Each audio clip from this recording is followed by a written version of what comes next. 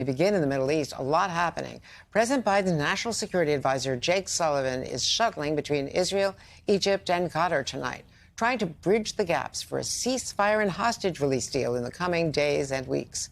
Israel's Prime Minister Netanyahu has signed off on the broad outlines of a deal in the last couple of days, according to U.S. and Israeli sources. Hamas, they say, has now agreed that Israel can stay in key Gaza corridors temporarily instead of withdrawing right away. Hostages would be released, starting with women, the elderly, and the sick. Hamas would finally give an accounting of the remaining hostages, alive and dead, and would get a large number of their own prisoners released by Israel.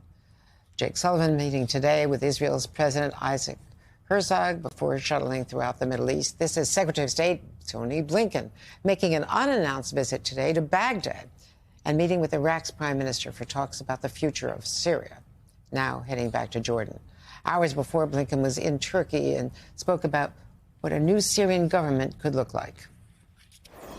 One that is inclusive and non-sectarian, one that protects the rights of minorities and women, one that preserves institutions of the state and delivers services to the people, one that deals with any chemical weapons it may find to secure them and appropriately destroy them, one that rejects any alliances with extremist groups.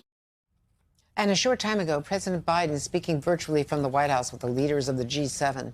Joining me now from Damascus is NBC's chief foreign correspondent, Richard Engel, and White House correspondent for Reuters, Jeff Mason, joining us. So, Richard, as these new leaders in Syria are trying to find their footing, it's so complicated, as you know better than anyone. You've uncovered evidence that could prove helpful in the search for American journalist Austin Tice. Hopefully that he's alive. He's been missing in Syria for more than a decade. What have you found? So, Andrea, as you know the Tice family well and have been following this story for a long time, there have been many tips and many rumors about Tice for the last decade or so, where he might be, what his condition is, who's holding him. We've all heard them and followed up on some of them. What was different this time is I spoke to a former detainee, and now that the regime here has collapsed, everyone has seen that the Syrian rebels have gone into the prisons, they've knocked down the doors, they're discovering files. This is a time of discovery here. And this detainee, who is now in Dubai, says that he was in a prison, one of Assad's intelligence prisons, that he was staying directly across from Tice, from Austin Tice, in a cell literally just across the corridor from him, that he saw him with his own eyes.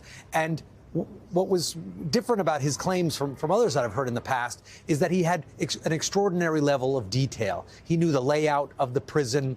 He explained to me how many steps you had to take to get to the corridor, how long it was, where the security cameras were, where the guards' position were.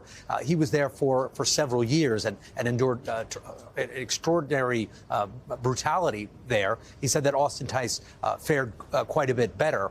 So today, based on his information, we went to the scene to see what we could find out. We went to the location this morning, Assad's former general intelligence prison. Ahmad said he memorized the location here, and he said you had to descend 27 steps to get to the right area. 26 and 27. It all checks out. He said the steps would lead to a row of cells about 100 yards long. This is the tiny, exactly, solitary confinement cell where Ahmed was kept, with a tiny slot in the bottom. And just opposite, this is the cell where Tice was kept. Ahmed said most of the prisoners in this wing were foreigners. The calendar, counting down days. Look at this hand. It would have been absolutely miserable to stay here.